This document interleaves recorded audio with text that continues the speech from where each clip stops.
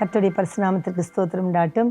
தேவனாகிய கர்த்தர் நமக்கு நல்லவராகவே இத்தனை நாள் நம்மை நடத்தி வருகிறவராக இருக்கிறார்.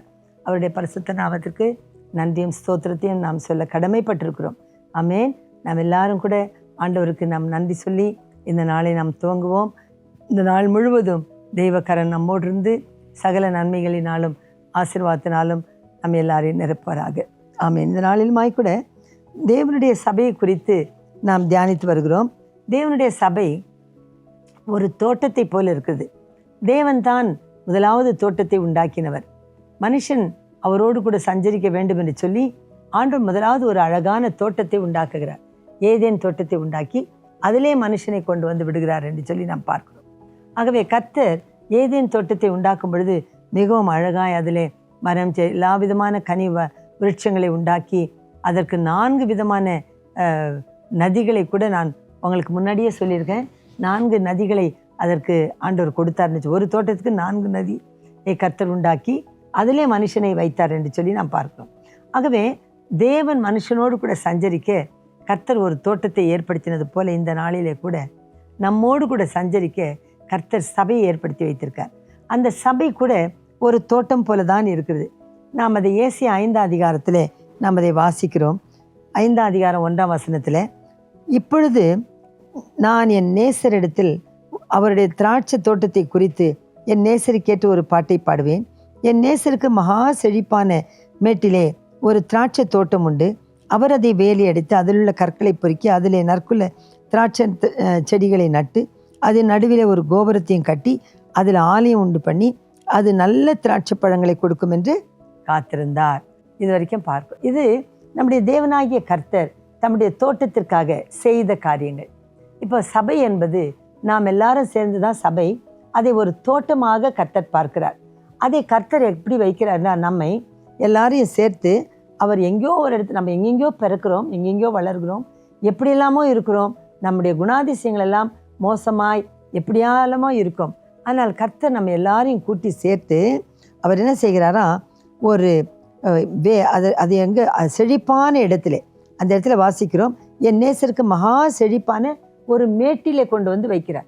உளையான சேற்றிலே கிடந்த நம்மை கர்த்தர் தூக்கி எடுத்து கண்மலையாகிய கிறிஸ்துவின் மேலே வைக்கிறார். இல்லைங்களா? அப்போ நம்மை கண்மலையாகிய கிறிஸ்து ஒரு மேடு. அவரை குறித்து யாரும் கேவலமாக நினைக்கவே முடியாது, பேசவும் முடியாது. எவ்வளோ பொல்லாதவர்களாக இருந்தாலும் கூட ஆண்டரை பற்றி சொல்லும் பொழுது, இயேசுவா அவர் ரொம்ப நல்லவர் விடுங்க அப்படின்னு சொல்கிறாங்க. பார்த்தீங்களா? அவர்கிட்ட ஒரு கஷ்டமும் கிடையாது, ஒரு தீமையும் கிடையாதுன்னு சொல்கிறாங்க. அதுபோல் அவர் தான் நமக்கு ஒரு பெருமை கொடுக்கத்தக்க ஒரு மேடாக இருக்கிறார். அவரை குறித்து நாம் பேசிக்கொள்ள நமக்கு நம் மார்த்தட்டி பேசத்தக்கதாக மேன்மையான தேவன் நம்முடைய தேவன். அவர் தான் ஒரு செழிப்பான மேடாக இருக்கிறார். அவர் மேலே தான், கிறிஸ்துவின் மேலே இந்த சபையானது கட்டப்பட்டு வருகிறது. பார்த்தீங்களா? மேன்மையான ஒரு இடத்திலே ஒரு செழிப்பான மேட்டிலே இந்த சபையை கட்டுகிறார். அவர் அதை வேலி அடைக்கிறாராம். ஆண்டவராகிய தேவன் நமக்கு வேலியை வைத்திருக்கார். சபையை சுற்றிலும் கர்த்தர் வேலி வைத்திருக்கார். அவ்வளோ சீக்கிரம் சபையை யாரும் கெடுத்து விட முடியாது. சகரியா 2ஆம் அதிகாரம் 5ஆம் வசனத்தில் நாம் பார்க்கும் பொழுது, அதை சுற்றிலும் கர்த்தர் அக்கினியை மதிலாய் வைத்திருக்கிறார். அதை சுற்றிலும் அக்கினியை மதிலை வைத்து நான் அதன் நடுவே மகிமைப்படுவேன் என்று சொல்கிறார். ஆகவே அக்கினி என்றால் பரிசுத்த அக்கினி, தேவனுடைய அக்கினி, பட்சிக்கிற அக்கினி.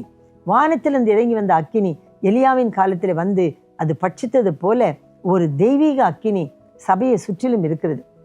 உலகத்திலிருந்து எந்த சத்ரும் அந்த கிரியைகளும் சபையை சேதப்படுத்தாதபடிக்கு கர்த்தர் அக்கினி வைத்திருக்கார். அதே போல உள்ளே இருக்கிற மக்களும் பரிசுத்தத்தோடும் தெய்வ பக்தியோடு வாழ சுட்டெரிக்கும் அக்கினியும் சுத்திகரிப்பின் ஆவியும் என்று சொல்லி ஏசியா 4ஆம் அதிகாரம் 4ஆம் வசனத்தில் நாம் வாசிக்கிறோம். கர்த்தர் சுட்டெரிப்பின் அக்கினினாலும் சுத்திகரிப்பின் ஆவியினாலும் நம்முடைய சபையை சுத்திகரிக்கிறார். ஆகவே ஆண்டவர் அக்கினியை மதிலாக வைத்து பாதுகாக்கிறார். அது மட்டும் இல்லாதபடிக்கு அவருடைய நாமம் பலத்த துருக்கம், நீதிமான் அதற்குள்ளே ஓடிப்போய் சுகமாய் இருக்கிறான் என்று வேதம் சொல்லுவது. ஆகவே கர்த்தருடைய நீதிமொழி 18:10 நாம் அதை வாசிக்கிறோம். ஆகவே கர்த்தருடைய நாமமே ஒரு பலத்த துருக்கமாக இருக்குது. அவருடைய நாமத்தை சொல்லும் பொழுது பிசாசுகள் நடுங்குகிறது. அவருடைய நாமம் பலத்த துருக்கமாய் நம்முடைய சபைகளுக்கு அது ஒரு வேலி அடைப்பாக இருக்குது. ஜனங்களுக்கு ஒரு வேலி அடைப்பாக இருக்குது. கர்த்தரை சுற்றிலும் கர்த்தருடைய நாமம் பலத்த துருக்கம்.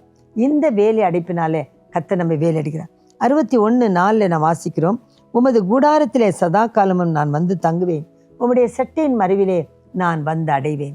உன்னதமானுடைய மறைவு சர்வ வல்லவருடைய நிழல், அவருடைய செட்டையின் மறைவில் தங்குகிறவன் சர்வ வல்லவருடைய நிழலில் தங்குகிறான் என்று 91 சங்கீதம் 1ஆம் வசனத்தில் நாம் வாசிக்கிறோம். ஆகவே அவருடைய விரிக்கப்பட்ட செட்டைகள் அது பலத்த துருக்கமாய் இருக்கிறது. ரூத்து கூட ஆண்டு சொல்கிறார், இஸ்ரவேலின் தேவனாகிய கர்த்தருடைய செட்டையின் மறைவில் வந்தவனுக்கு நிறைவான பலன் உண்டாகும் என்று சொல்கிறார்.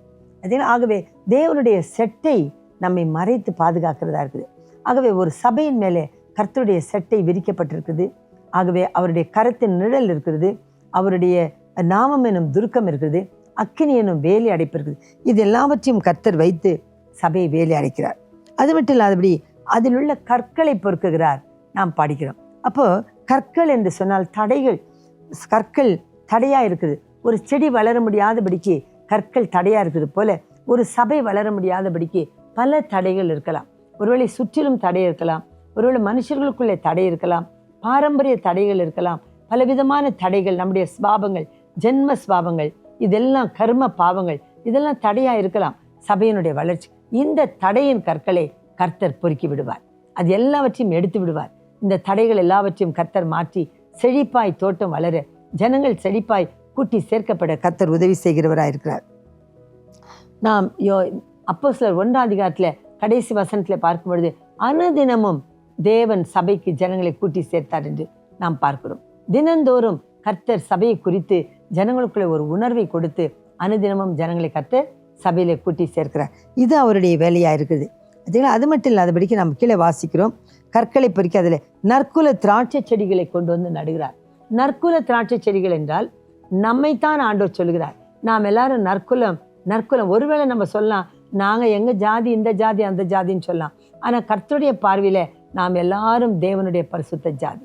அப்போ ஒருவேளை நாம் பாவி என்று நம்மை நாம் தீர்மானித்து கொள்ளலாம். நாம் பாவிகளாக நம்முடைய பார்வையில் தான் இருக்கிறோம்.